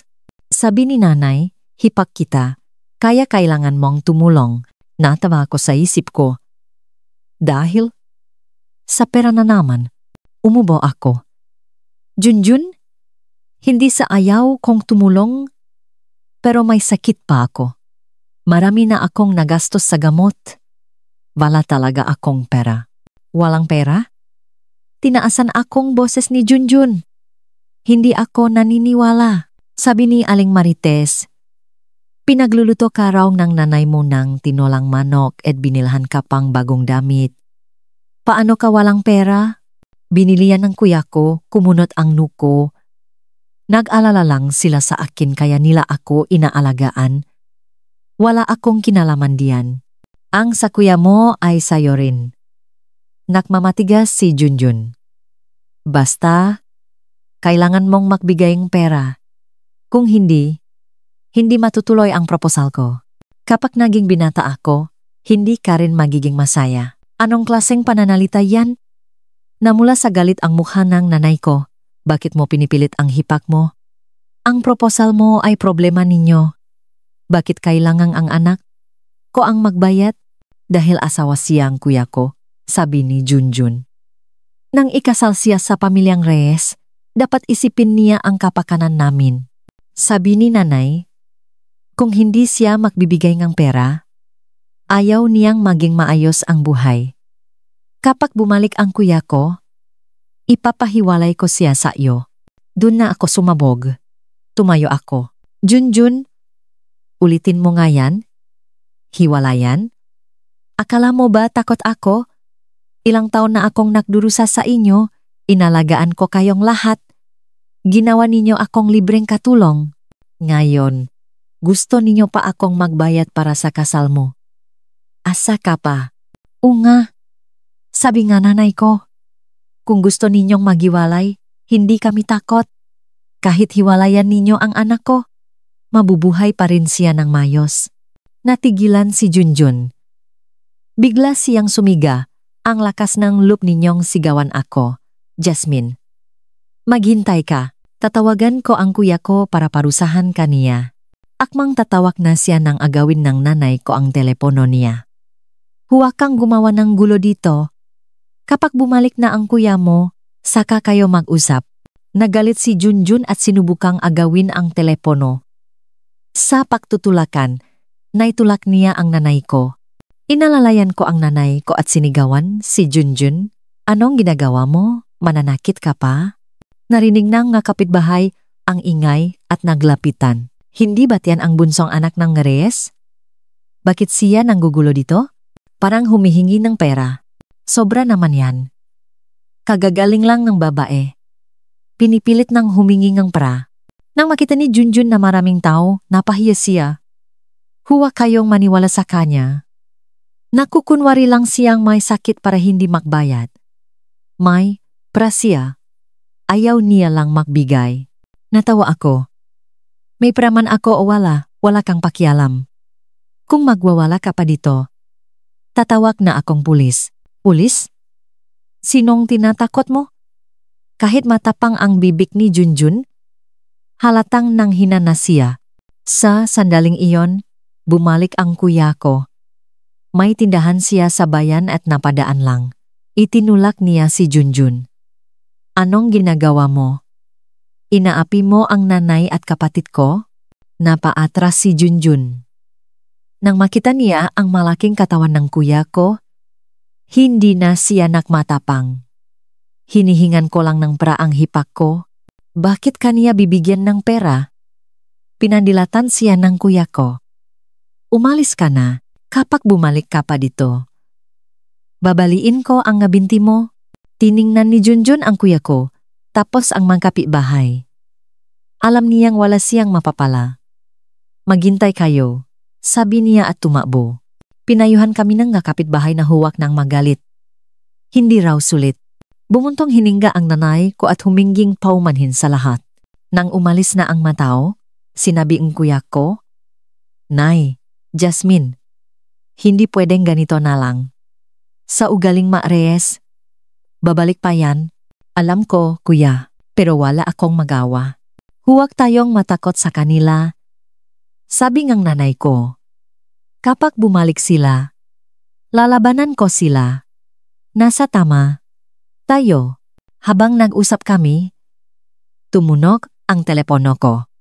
Si Paolo pala ang tumatawag. Kinabahan ako. Baka nagsumbong na si Junjun. Huminga ako ng malalim at sinagot ang tawag. Jasmine, anong nangyari sa inyo ni Junjun? Galit ang boses ni Paolo.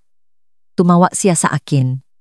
Sabi niya, hindi ka lang daw nakbigay ng pera. Pinabukbok mo pa siya sa kuya mo. Natawa ako. Paolo, huwag kang maniwala sa kanya.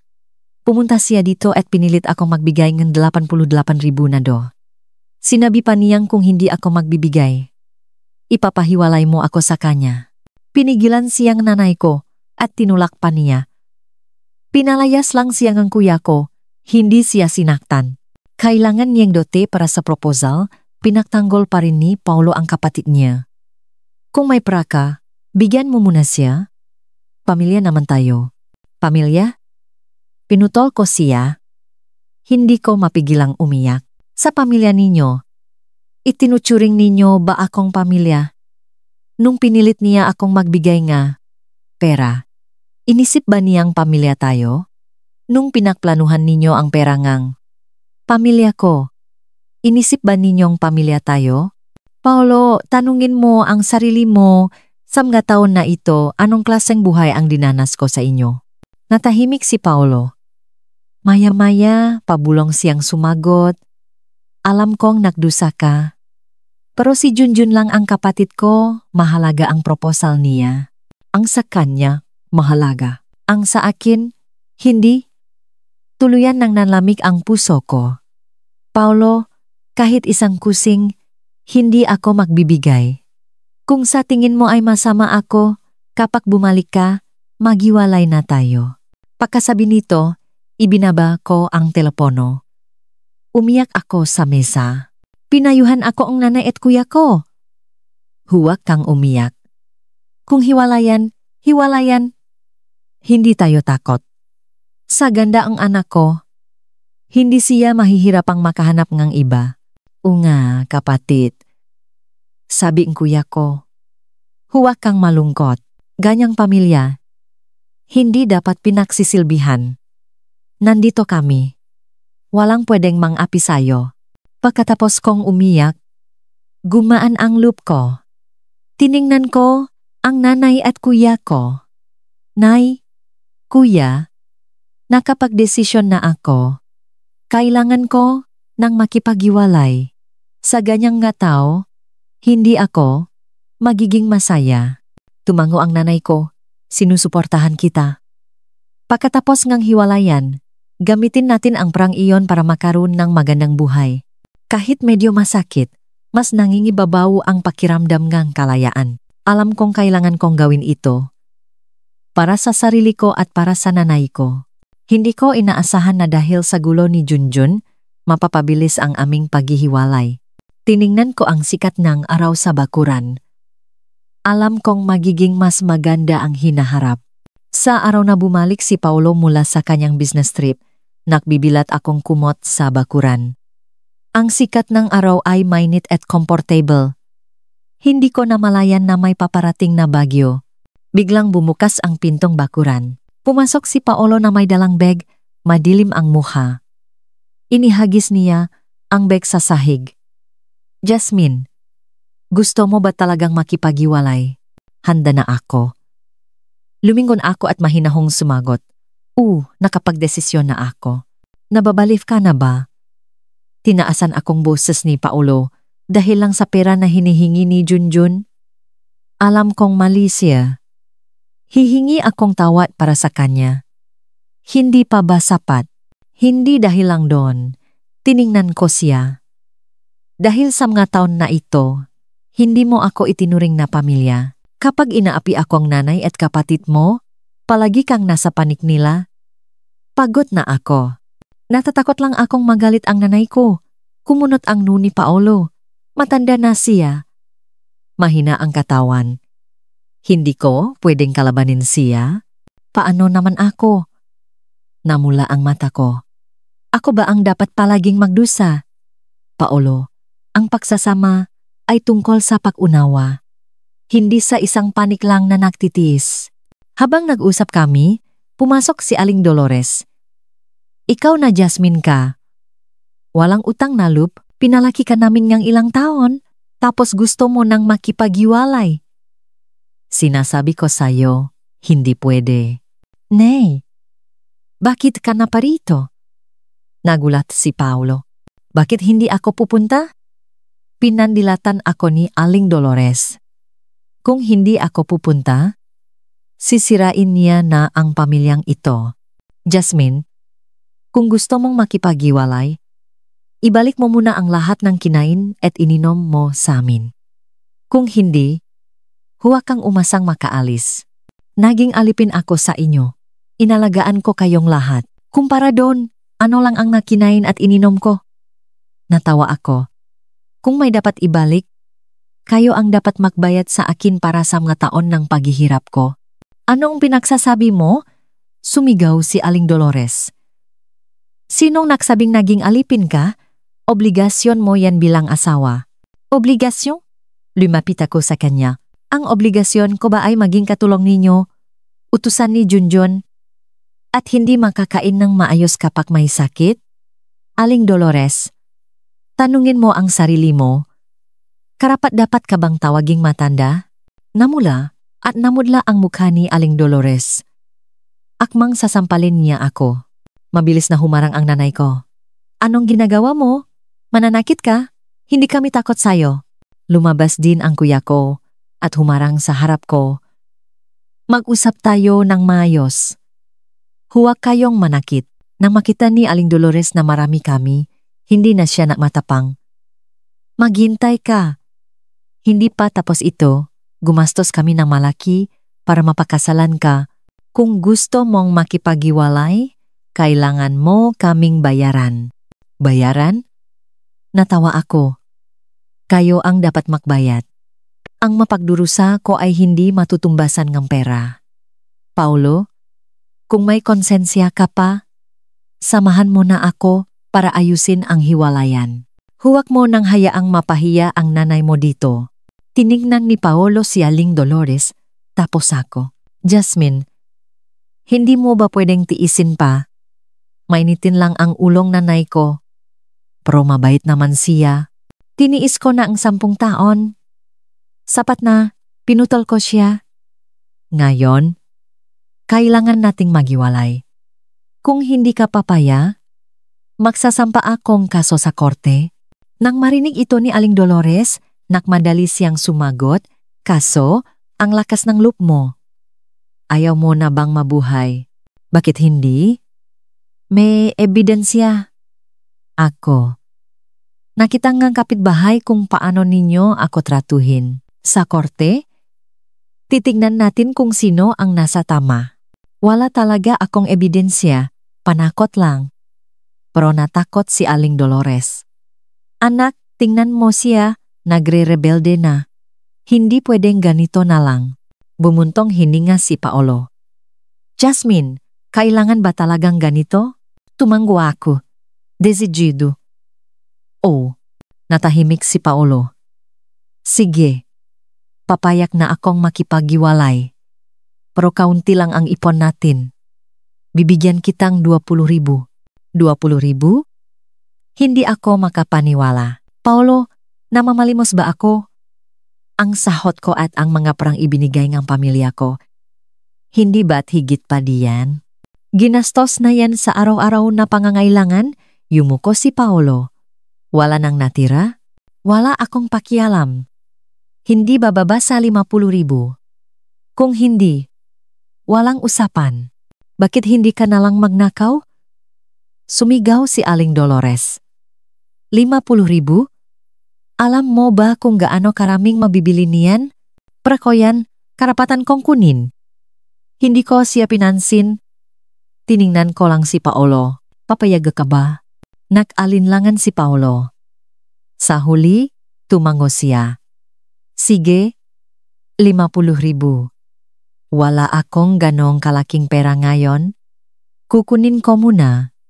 Bukas, ibibigay ko sa'yo. Hindi, baka takbuhan mo ako, kailangan ngayon din, o gumawa kang kasulatan. Akmang may sasabihin pa si Aling Dolores nang pigilan siya ni Paolo. Kumuha siyang papel at panulat, naksulat ng kasulatan, pumirma, at nagtamag. Okay na ba ito? Kinuha ko ang kasulatan. Tiningnan ng mabuti. At itinago, bukas desadyeng pa umaga, sa munisipyo. Pagkasabi nito, pumasok ako sa bahay. Ayoko na silang makita. Nagrereklamo pa rin si Aling Dolores sa labas. Hinilas siya ni Paolo paalis. Pumasok ang nanay ko. Anak, pinahirapan kanila. Umiling ako at ngumiti. Nay, hindi po ako nahirapan. Gumaan pa nga ang loob ko. Hindi ko na kailangang tiisin sila. Bumuntong hininga ang nanay ko. Oh, magiging maayos na ang lahat. Kahit medyo masakit, mas nangingibabaw ang pakiramdam ng kalayaan. Alam kong ang pag-alis sa pamilyang iyon ang pinakatamang desisyon na ginawa ko. Kinabukasan ng umaga, dinala ko ang kasulatan at pumunta sa munisipyo. Naghihintay na doon si Paolo. Masama ang itsura. Wala si Aling Dolores. Nang ayusin ang papeles, tinanong kami kung voluntaryo ba ang aming pahihiwalay. Tumango kami. Nang makuha ko ang divorce certificate, halo-halong emosyon ang naramdaman ko. 10 taon ng pagsasama. Nagtapos na, paglabas namin, ibinigay sa akin ni Paolo ang 50,000. Ito ang pera mo. Kinuha ko at binilang. Tama. Jasmine, sabi ni Paolo. Alagaan mo ang sarili mo. Tumango ako. Ikaw din. Nang umalis ako, hindi na ako lumingon. Alam kong nagsimula na ang bagong buhay ko. 3 araw pagkatapos ng aming hiwalayan, nagbibilat ako ngang kumot sa bakuran nang makarinig ako ngang ingay sa labas. Sumilip ako, nakita ko si Aling Dolores kasama si Junjun at ilang kapitbahay, nakwawala sa aming pinto. Magulo ang buhok ni Aling Dolores, may luha pa sa mukha. Nang makita niya ako, akmang susugurin niya ako. Pero pinigilan si kuya ko. Jasmine, walang hiya ka. Niloko mo ang pamilyang Reyes, tapos tatakasan mo kami? Sisirain ko ang mukha mo? Kinabahan ako. Alam kong may masama silang balak. Lumabas ang nanay ko. Aling Dolores, bakit ka nanggugulo dito? Wala kaming ginagawang masama sa iyo. Walang ginagawa? Umupo si Aling Dolores sa sahig at umiyak. Tingnan ninyo, itong walang pusong babay na ito, 10 taon na kaming niloloko. Ngayon, nanalo siya ng malaking premyo, kinuha ang pera at hiniwalayan ang anak ko. Nasaan ang hustisya? Nakbulungan ang makapitbahay. May mga tumuturo sa akin. Nanggingginig ako sa galit. Anong pinagsasabi mo? Sinong nanalong malaking premyo? Sinong nanloko sa inyo? Ayaw mo pang umamin. Sumingit si Yunyun. May hawak na megafona. Nalaman ko na. Nanalo ka na kam sa 60 milyon sa lotto para hindi kami makahingi na kunwari kang may sakit. Ngayon, nakuha mo na ang pera, iniwan mo na ang kuya ko. Anong intensyon mo? Nang marinig ito, nakagulo ang mga kapitbahay. 560 milyon? Grabe. Kaya pala nakipag-iwalay. Yumaman na. Sobra naman yan. Yumaman lang, kinalimutan na ang pinanggalingan. Huwag kayong maniwala sa kanila, sabing nanay ko. Nagsisinungaling sila para makahingi ng pera. Nagsisinungaling. Tumayo si Aling Dolores. Kung ganun, bakit hindi tayo pumunta sa opisina na loto para kumpirmahin? Bakit hindi mo ipakita ang bank account mo? Duwag ka lang. Bakit ako sasama sa iyo? Humikpit ang hawak ko sa kamao. Dahil hindi kayo marunong kumita ng pera, nainggit kayo sa iba. Palagi kayong naghahanap ng paraan para manloko. Sinong nanloloko? Akmang ihahampas sa akin ni Junjun ang megaphone, pero inagaw ito ngang pangalawa kong kuya. Ang 560 milyon na yan, dapat may parte kami. Asawa kang kuya ko, ang pera mo ay pera namin. Ngayon, gusto mong solohin. Asa ka pa? Tigilan mo yan? Hindi ko na napigilan ang sarili ko. Ako ang nanalo niyan, walang kinalaman ang pamilyang Reyes. Ilang taon na akong nagdurusa sa inyo. Kinuha ninyo ang lahat sa akin, ngayon. Gusto ninyo pangkunin ang pera ko? Nga tao ba kayo? Umiyak ako. Inabutan akong panyong nanay ko.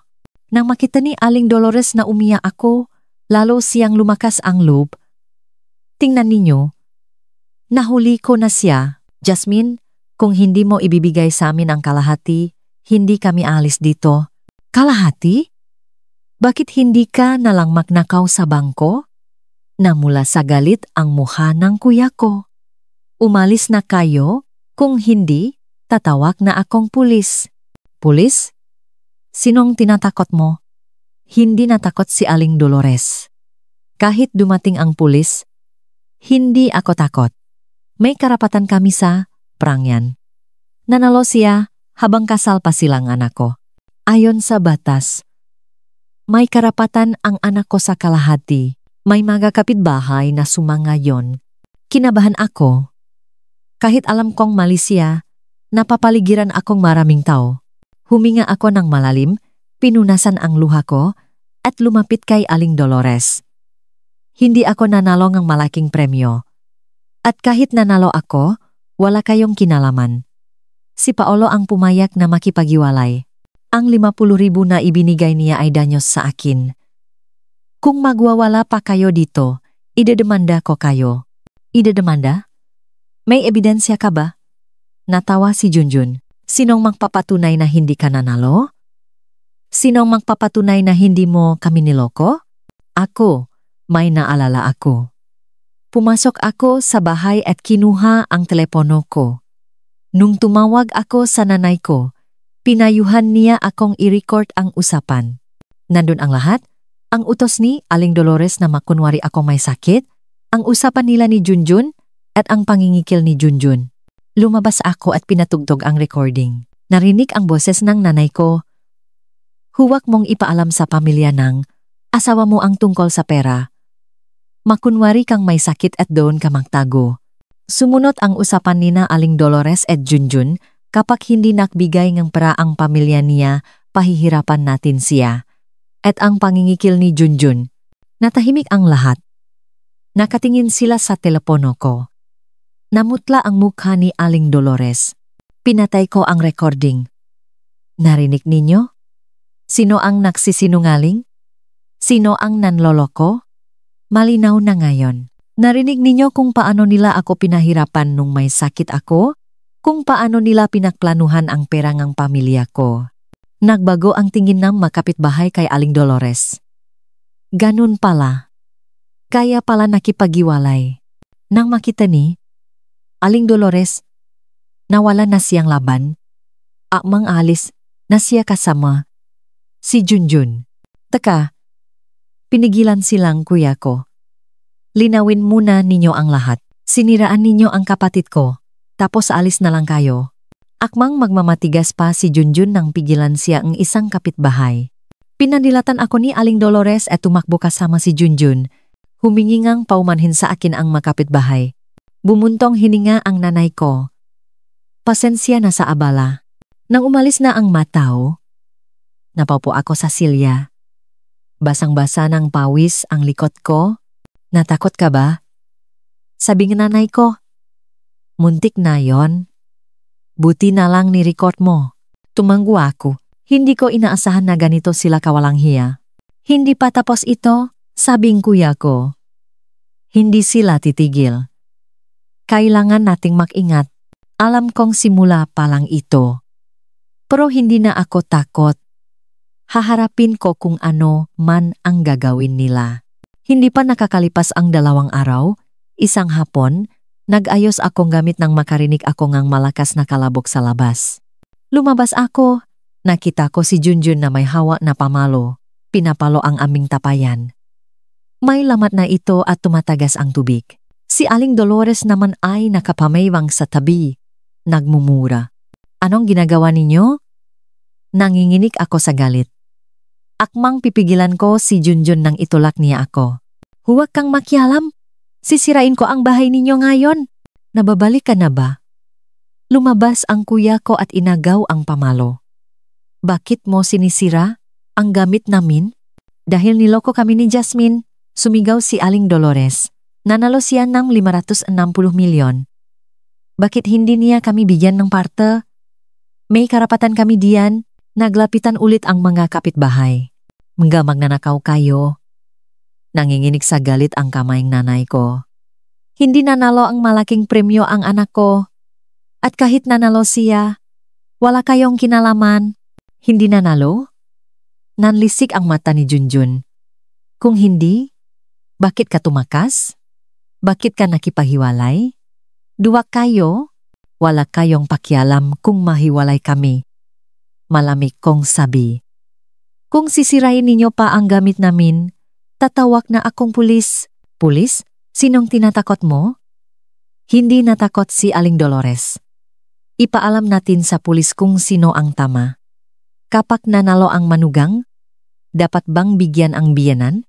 Umupo siya sa sahig at nagsimulang mag-iskandalo. Tingnan ninyo, walang utang na loob ang pamilyang ito. Niloko kami. Tapos gusto pa kaming palayasin. Nasaan ang hustisya? Sumali si Junjun sa gulo, sinipa ang aming mapanggatong. Nagalit ang kuya ko, akmang susuntukin niya si Junjun, pero pinigilan ko siya. Kuya, huwag, tumawag tayo ng pulis. Kinuha ko ang telepono ko at tumawag sa pulis sa harap nila. Nang makita ni Aling Dolores na seryoso ako, kinabahan siya. Maya-maya, dumating ang 2 pulis. Tiningnan nila ang gulo. Sinong tumawag? Lumapit ako at ikinuwento ang lahat. Pinatuktok ko rin ang recording. Pagkatapos makini, tinanong ang pulis ang nakapitbahay. Lumapit sila kay Aling Dolores at Junjun.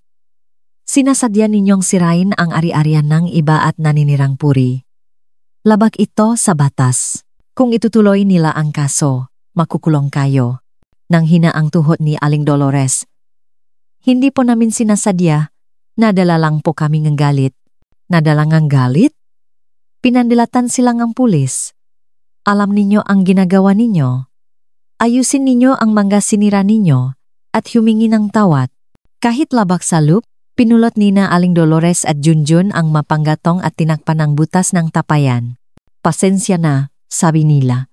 Pasensya lang? Malami kong sabi, paano ang mga nasira? Oo nga. Sabi ng pulis, kailangan ninyong bayaran. Naglabas si Aling Dolores ng 200 piso at inihagis sa akin. Kinuha itong kuya ko at ibinalik sa kanya. Hindi namin kailangan ng pramo. Ang gusto namin ay katarungan. Huwag na kayong babalik dito. Binalaan sila ang pulis na huwag na kaming guguluhin.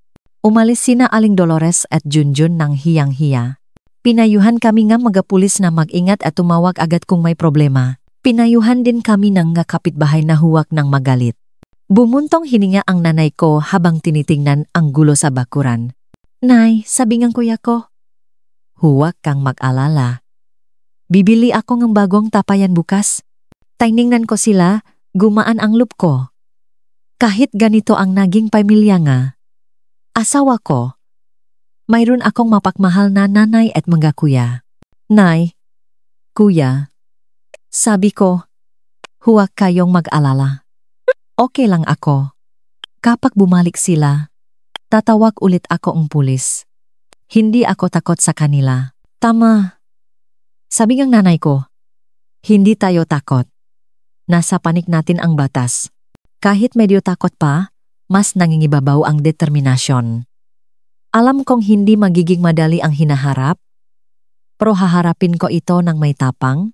Nang umalis na ang pulis, natahimik na ang bakuran. Nakaupo ang nanay ko sa tabi ng tapayan. Tinitingnan ang lamat. Sayang ang tapayan. Nay, sabi ng kuya ko, huwag kang manghinayang. Luma na rin yan. Bibili ako ngang bago bukas. Ang dalawang yon, parang maasong ulol. Sabi ng pangalawa kong kuya habang inaayos ang panggatong. Umupo ako sa tabing nanay ko. Nay, punasan ninyo po ang mukha ninyo. Kinuha ng nanay ko ang panyo at biglang natawa. Kung isipin, dapat pa nating pasalamatan ang 560 milyon mong premyo. Kung hindi dahil diyan, hindi ko malalaman na ganito katapang ang anak ko. Narinig ito ng mga kapitbahay at naglapitan. Balay, tutubang nanalo si Jasmine? Dun lang narealize nanay ko na nadulas siya. Hindi. Nagbibiro lang ako. Gusto lang poong nanay ko na manalo ako. Ngumiti ako. Pero kahit hindi ako nanalo, kapag nasa ganitong sitwasyon, kailangan talagang maging matapang. Tumango ang mga kapitbahay. Tama. Kapag mabait ka, inaabuso ka. Habang nag-usap kami, tumunog ang telepono ko. Mensahe mula kay Paolo. Pasensya na. Kakausapin ko sila. Hindi na sila manggugulo sa iyo. Binura ko ang mensahe. Ang nakaraan ay nakaraan na. Kinabukasan, bumili ngang bagong tapayan ang kuya ko. Inayos din ngang pangalawa kong kuya ang nga panggatong. Naluto ang nanay ko ang nilagang buto-buto. Sa hapunan, nilagyan niya ako ang marami. Kumain ka ng marami para makabawi ka. Ngumiti ako. Pagsapit nga hapon. Kumuha ako ng pera sa bangko at ibinili ko ng bagong jacket ang nanay ko at bagong sapatos ang nga kuya ko. Kahit sinabi nilang nag-aksaya akong pra, kitang-kita sa mukha nila ang tuwa. Lumipas ang maaraw ng payapa. Hindi na bumalik sina Aling Dolores at Junjun.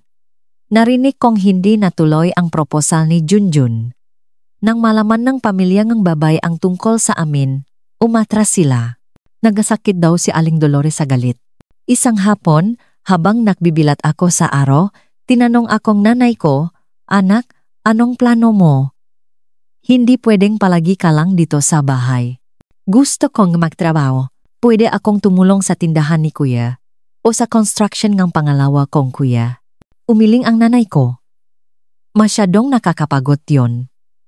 Bakit hindi tayo magtayo ng maliit na tindahan ng damit gamit ang pera? Hindi ba at mahilig ka sa mga damit? Nanlaki ang mata ko. Oo nga. Bakit hindi ko naisip yon? Magaan na. Gusto ko pa ang ginagawa ko. Sige. Ganon na nga. Ngumiti ang nanay ko. Bukas, samahan kang kuya mo para maghanap ng pwesto. Kinabukasan, nakahanap kami ng magandang pwesto sa bayan. Agad naming kinuha. Samga sumunod na araw, abala ako sa pag-ayos ang tindahan at pagbili ng mga paninda. Pagod, pero masaya. Tumulong din ang nanay at mga kuya ko. Sa araw ngang pagbubukas ang tindahan, maraming kapitbahay ang dumating. Masaya at maingay.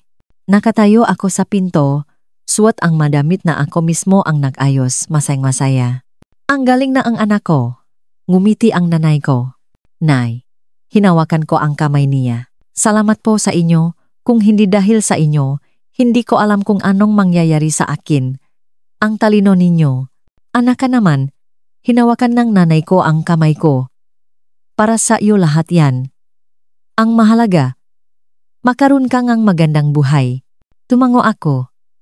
Habang tinitingnan ko ang customer at ang sikat ng araw, puno ako ng pag-asa.